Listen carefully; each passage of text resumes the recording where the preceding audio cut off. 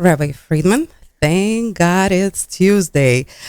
And I always say, thank God it's Tuesday. First of all, for some reason, everything happens on Tuesday. Every election always happens on Tuesday. Coincidence? I think not. Anyway, the topic of our show today is how can we live a meaningful life, a good life, when we are constantly tormented with the thoughts of what will happen. What will happen to our economy? What will happen to our children? What will happen to our families? What will happen to our freedoms? And those are the questions that we're pretty much tormented with every day. So how do you kind of live a meaningful and happy life with these kind of thoughts in your head all the time? You know the answer. I know you know the answer. It's always been this way. This is not new. Life is what it is. We make of it what we want it to be. So in every circumstance, regardless of what's going on, good, bad, ugly, we find the purpose. We find the course that we're supposed to be traveling, and we stick to it. And it turns out that whatever is happening lends itself to our course, to our purpose. So that's like finding meaning in whatever happens. Like a marriage. Whatever is going to happen, and we don't know what that's going to be, but whatever is going to happen, we will do it together. So we have a plan which transcends all the changes, all the issues, so we don't end up going in 5 directions at the same time. We don't end up being frustrated, confused, discouraged. We know what we have to do, and we just need the courage to not be distracted. Do what you're supposed to do. Everything will fall into place.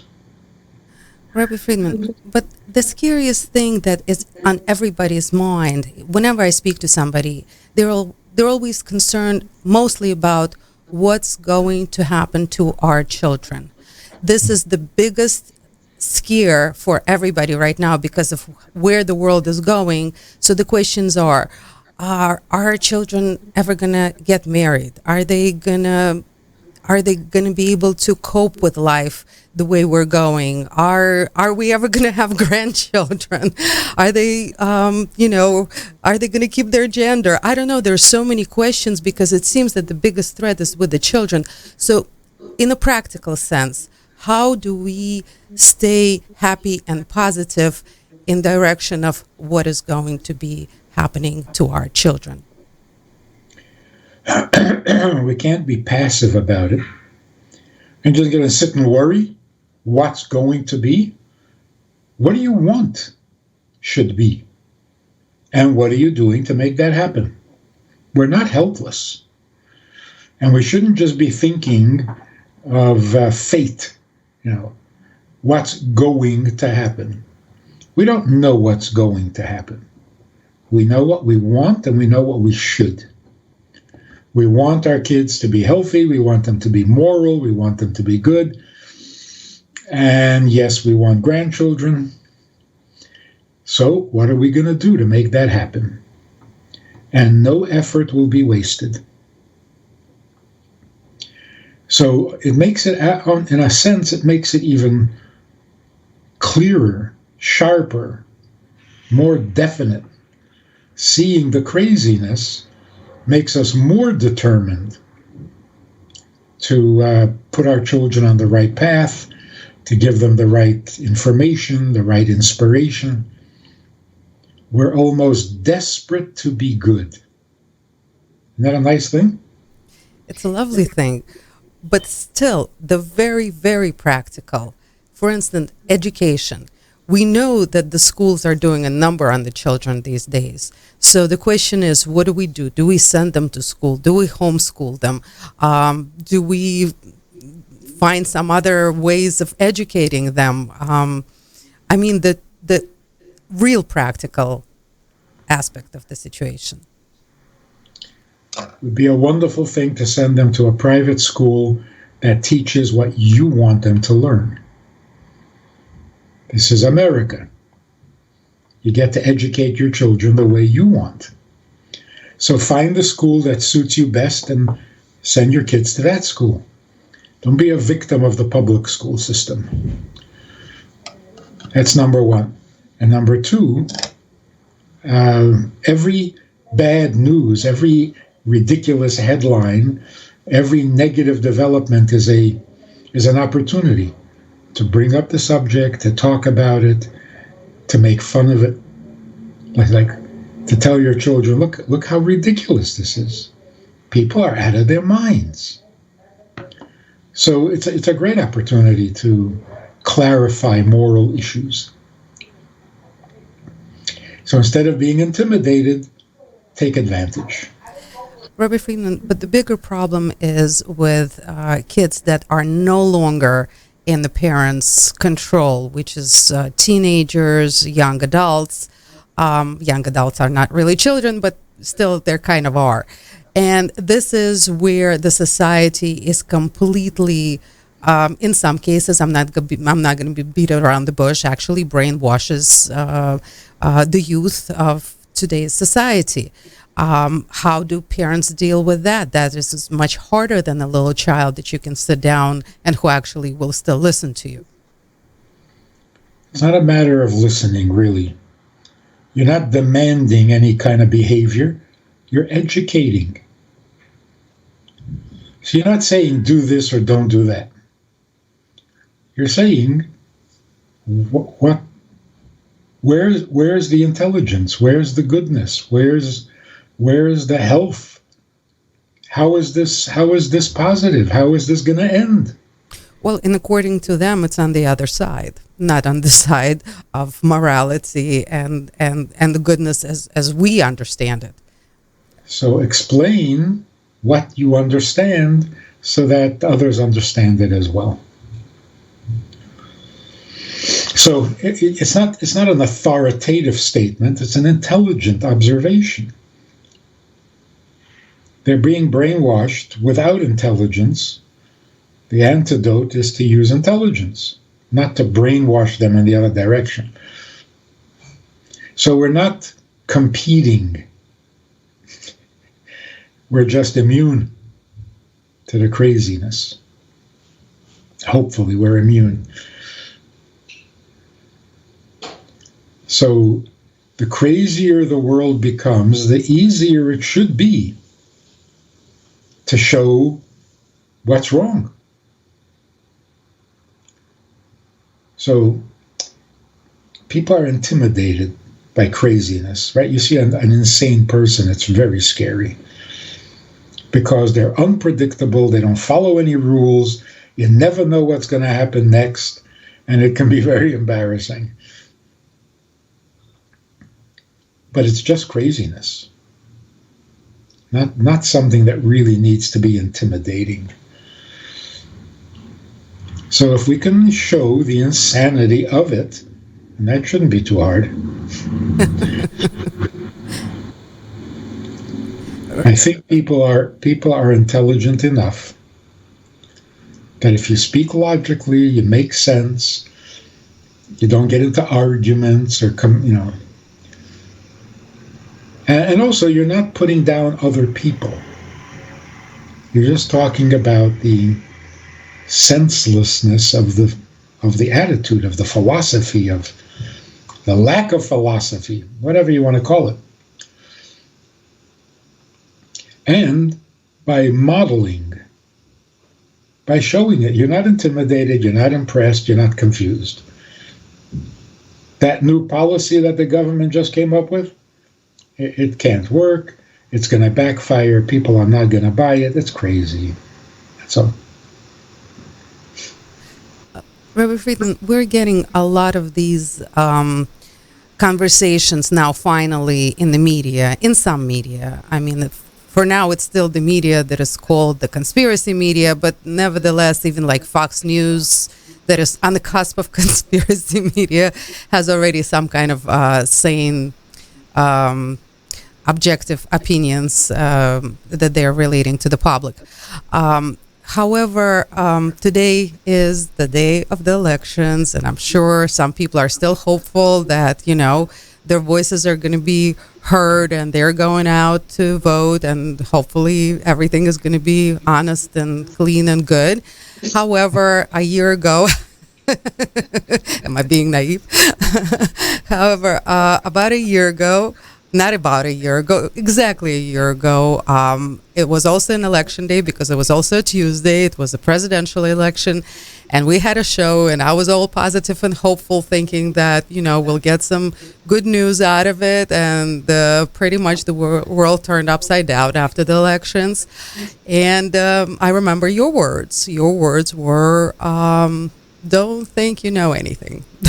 Don't expect anything. Whatever you think is going to happen, no. Those were your words. I will always remember them. They were on the day of election. It made me think, what are we in for? And boy, we were in for a year of surprises. And I think the surprises, I think the surprises are still happening. And of course, that would bring me to the big concern that the people have today. I think the first one is the children, but the second one is freedoms, because surely, and not even so slowly, over the course of a year, our freedoms are being taken away. Our right to choose is being taken away. The Constitution that is supposed to protect the United States of America is being thrown out the window. So I'm just being honest and putting it out there. And I'm sure people are realizing it. I'm sure I'm not opening anybody's eyes. We were afraid to talk about it a year ago, but not so much, not intimidated to talk about it anymore. Thank God. So, so how do we treat this situation? How do we treat the fact that there's somebody trying to control us and, trying to make us go against our morals, our rights, our beliefs, and everything that, this country stands for? See, all of those things can be negotiated. Who says this is right? Maybe that's right. You can play with those things. But when your bank account starts to shrivel, philosophy is beside the point. Now you're taking away my money. That people are not going to tolerate. So I don't know if we talked about this before, but children who are not disciplined, children who were raised with permissive and vague notions of what should be and what ought to be and what mustn't be, those children feel completely out of control.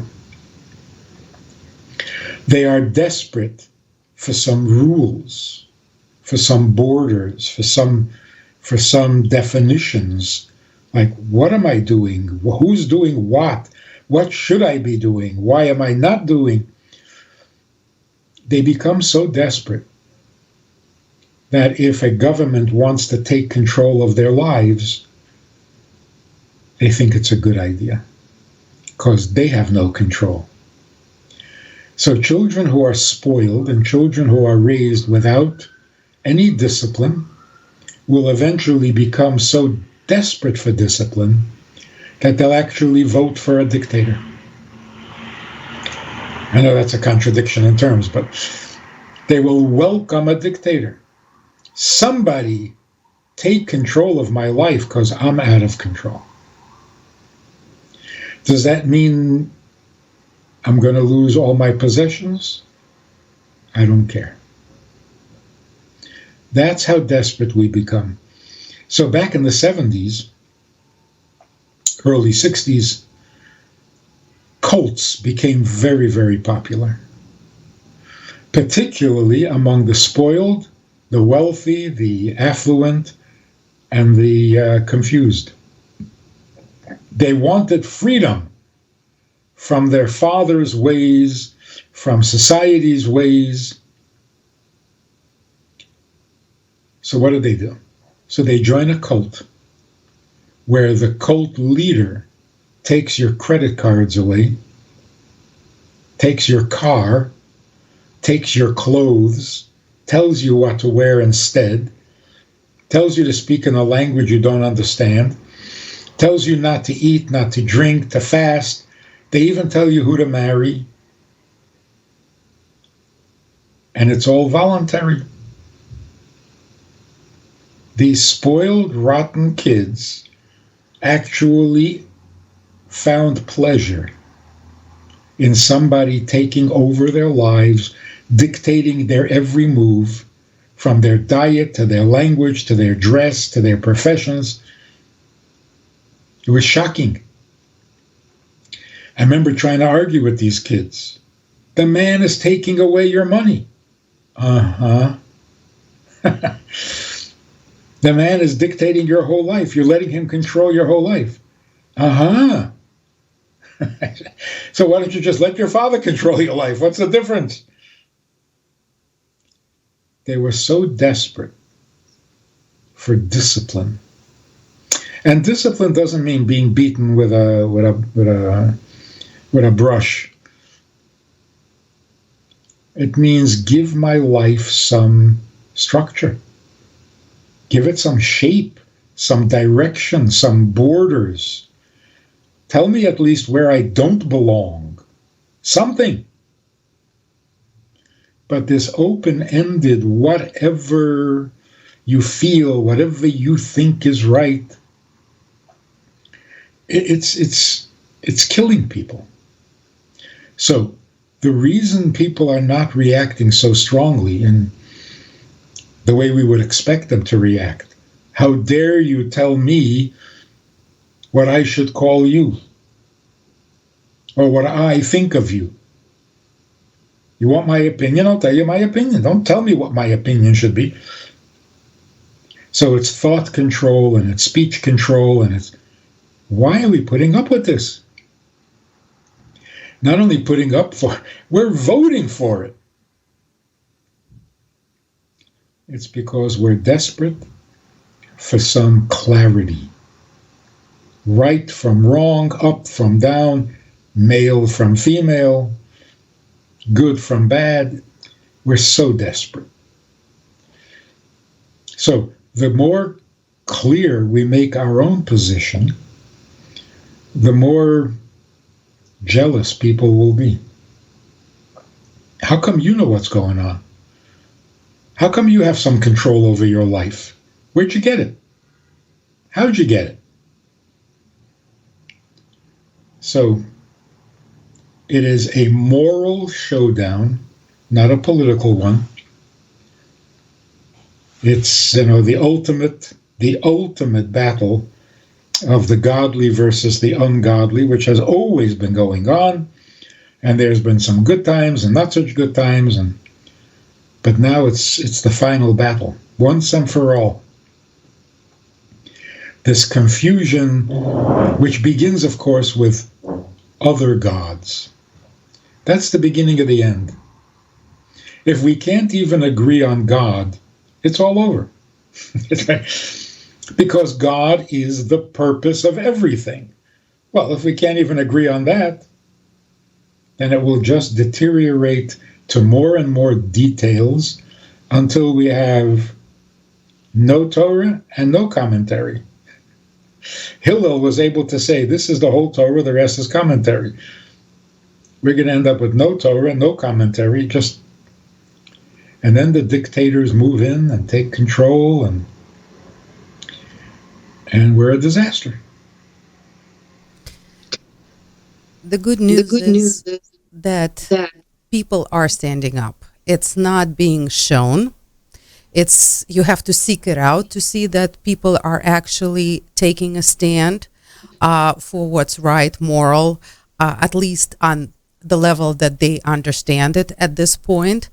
but it's good to see already. And however, you said the economy, that people are willing to give up their finances for rules and control and, for order, let's say. However, economy would be probably, I would say, at the top there, that what people are worried about these days, because obviously so much money has been printed. The prices are going up. Nobody's talking about it, but they're going up very, very quickly. All the produce are almost tripling at this point, again. So how should people treat the economic aspect of today's world? Because people are worried. Should they spend? Should they invest? Should they diverse? Should they I don't know, even give charity? Some people are questioning that. Am I going to have anything left over for later? So people are very, very worried about the finances today. How would you address that, Rabbi Friedman? I have no idea, and neither does anybody else.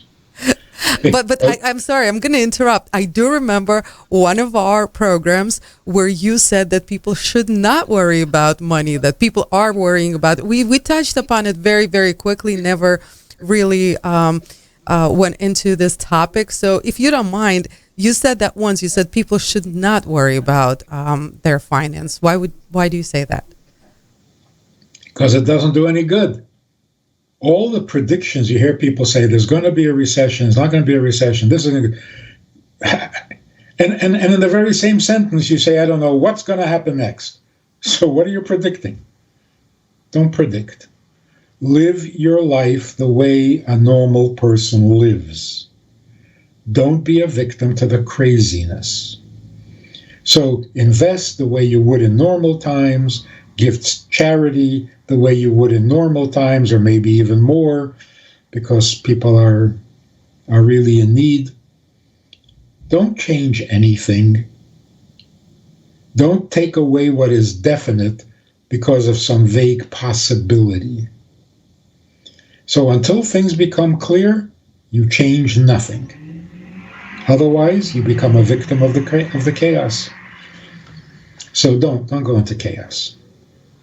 Not for financial. This is not a financial advice, because I don't know anything about finances. This is just a matter of sanity. What do you do when the world goes crazy? Don't go crazy. That's it. Don't be part of the craziness. Oh, Friedman, I got to say that even the strongest people that I know right now are periodically losing it. People who I thought had it together, who have their morals in place, who do believe in God and follow God's rules. And so even them at this point right now are not doing so well with everything that's going on. And the further we go, the harder it gets for them. What advice would you give people that we thought were strong, but kind of still having a hard time today? They are strong, and I won't question their integrity in anything, but they also believe that they're supposed to have some control. Because they've always had some control, or at least it seemed that way. And now it's rather clear to everybody that they have no control. So they're panicking. But if they can accept and understand that they never really had control and that you're not supposed to have control, let it be what it is. You still do what you're supposed to do. So we have control over our moral lives, over our goodness, over our godliness, and that's all we need. It's not written anywhere that you have to have control over the stock market. So you never did, you never will, and it's not important. So stop panicking. A person says, I've lost control over my life. You never had control over your life. You only had control over the quality of life. And that you've never lost. So, what are you panicking? You're still doing what you're supposed to be doing, and that nobody can take away from you. Enjoy the ride. Watch the craziness work itself out, because it's going to.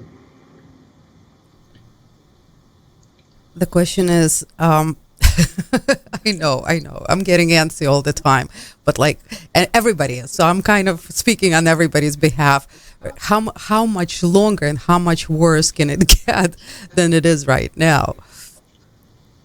It'll get worse in the sense that it will become more obviously ridiculous and destructive. And as it gets more obvious, it seems like it's getting worse, but it's not. When it becomes more obvious, it empowers the healthy people, it empowers healthy thinking. So the question is, there are people who are willing to give up everything for a little control. Most healthy Americans are not used to that, and they have no intentions of giving up everything.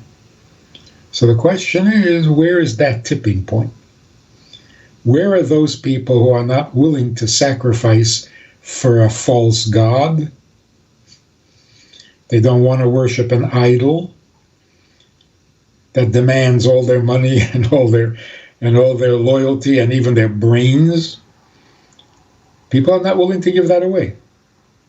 When those people who are not willing to give it away find the courage of their convictions, everything will be great. I hope there are more of those than the desperate people who are willing to sacrifice everything to this non-God. So we have to find courage within ourselves right now. Is that the message? You have to find courage and trust and conviction in what you believe. If you give up what you believe because you want some control, that means that your belief is not very solid. You don't really trust what you believe. And the same is true with education. What you show your children at home, what they grow up with, what you tell them, what you fill their mind with. Do you have any doubt that that is going to be effective? Can all of that just disappear because they read a stupid book that tells them ridiculous things? Or they went to college and heard some ridiculous things? Do you trust the power of education? Right? We raise our children, we educate our children. Is that not the most powerful influence in the world? If you don't think that that's the most powerful thing, then you're going to feel like you've wasted your time. All that goes down the drain because one ridiculous professor comes up with ridiculous notions because he has his own private frustrations. And that's it. And all the good is going to go down the drain. Nah, come on. So even if for a moment your children buy all this ridiculous stuff, it can't compete with the healthy wisdom that you gave them. So trust it. The problem is, Rabbi Friedman, we also want to give our children education which will help them fit into the society. And, so they can, well, that's pretty much it, fit into the society. Is that a wrong position to take? Very wrong. We're Jews. We don't fit, ever. This attempt to fit into society has been tried over and over, and it never worked. When are we going to learn our lesson? We can't fit into society. We shape society. That's it. We have no choice. That's our destiny, and you can't run away from it. we have shaped society. Maybe not in the best direction. All of Hollywood is Jewish. All liberalism is Jewish. Everything going on campus, even the anti-Semitism, is Jewish. And then we wonder where anti-Semitism comes from. And we wonder, where are all Jewish talents? How come we don't see any Jewish talent? Are you kidding? It's everywhere. In every area, we've made huge contributions. Wasteful, frivolous, wrong-minded. Science too? Yes. Yeah. And math? Even math. Oh boy. The new math of the 70s. When did that happen? 60s? Yeah, we've made a lot of contributions. Somebody pointed out, great music. What happened to all the Jewish music? Where is the Jewish music? I said, well, are you kidding? Where is Jewish music? I'm dreaming of a white Christmas. That's Jewish music. So all the musical talents of Jews has influenced society,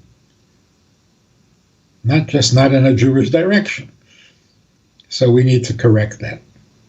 What the world wants now is more Jewish thinking. And literally. I got a phone call from a man from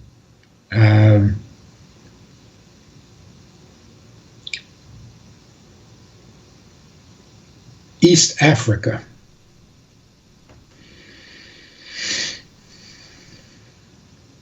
And he says, in his broken English, he says, you are the light to the nations. The Jews are a light to the nations. Why aren't you here? We need Torah. You know what he said? Africa is asking for Torah. They don't want to convert, but they know that they need the instruction, the guidance, the inspiration from the Torah. That's a pretty good start. Now we need to move it geographically a little bit from Africa. It's happening everywhere. So if you want to know what does the world need now, it needs some authentic Jewish wisdom, not liberalism, not you can do whatever you want. And if I told you this teenager went to a summer camp, Jewish teenager went to a Jewish camp, and in the camp he discovered more about Judaism than he did at home in the synagogues. He came home and he made an appointment with his rabbi, and they sat down, and he said to the rabbi, how do I observe the Shabbat? And the rabbi said, you do whatever is most meaningful to you. The boy was respectful, and he didn't say what he was thinking. He thanked the rabbi very much and walked out. He told me later, the rabbi told me I should do whatever I feel is right. I don't need him to tell me that. That's what I've done all my life. I always do what I think is right. I came to him to find out what God thinks is right. He says, what? Did they actually pay him a salary to tell me that I can do what I want? That is so old-fashioned. We discovered that we can do what we want in the 30s. What do they pay this guy for? So that's not a Jewish message. You can do whatever you want. It's coming from Jews, but it's not a Jewish message. So the world right now needs and wants desperately to hear Jewish wisdom, Torah wisdom. Well, we kind of figured that out together, that the Russian community is ready for it, and that we were not wrong. This program is very popular, very much listened to, and a lot of people tell me about that. So that's and I was worried. I was honestly worried in the beginning, which was like 2 years ago, how it would be accepted in our community. So I'm very, very happy to report that it's accepted very well and very liked and very appreciated, which is most important. People are learning, and that's amazing. And at this time, I actually would like to let people know that this show is basically based, even though on the book that you have recently that recently came out, your book, Creating a Life That Matters, How to Live and Love with Meaning and Purpose, which is pretty much what we have spoken about today. Obviously, the message in the book is much deeper. It's a pretty thick book. It's a good read, and it has a lot of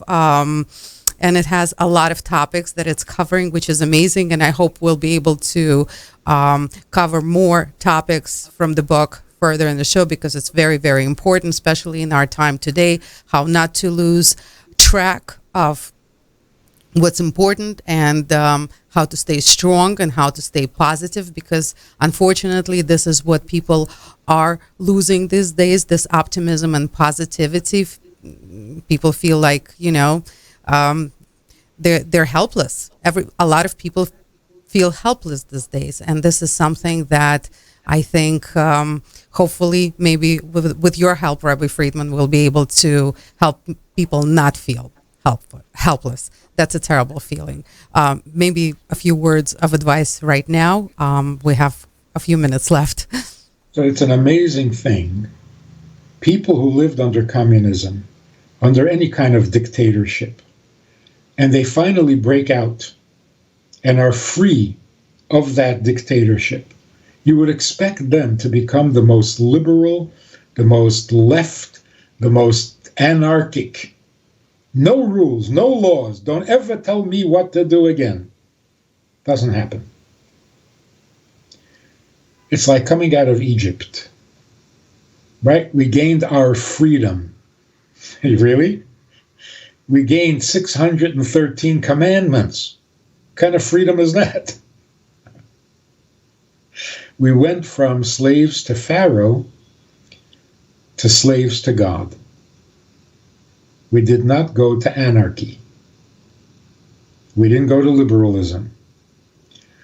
In other words, there is a genuine, justified need for structure, for direction, and for cooperation. We all must be on the same page in something, which is what a dictatorship provides. Everyone is a comrade. We're all the same, at least on paper. We don't want to give that up, but we want a healthy version of it. So God said to us, don't be a slave to a slave, be a slave to me. Now you're being productive. Now you're changing the world for the better. So this idea that we should be free to do whatever we want, whenever we want, however we want, look at what it's doing to us. It's turning us into animals that don't know how to take care of themselves, which is worse than the average animal. Every animal at least knows what it needs, and what we're becoming incapable animals, not even successful animals, which is embarrassing. So we don't want more freedom. We want more meaning. It's a hard lesson to learn, but we're getting there. Rabbi Friedman, amazing. Unfortunately, our time has come to an end, which is always very sad for me and probably a lot of other people. But we look forward to another very meaningful conversation next Tuesday on our program. Thank God it's Tuesday, which is called exactly for that particular reason, that we have an opportunity to hear your wisdom, your knowledge, and to and really get a lot of hope and inspiration to keep going and to deal with these hard, harsh times that we're living in. So, Rabbi And Friedman, exciting. And exciting. yes, exciting too. So, thank you so much, Rabbi Friedman, for your time that you allocate for us on weekly basis. It's absolutely priceless. Thank you so much. Pleasure. Thank you.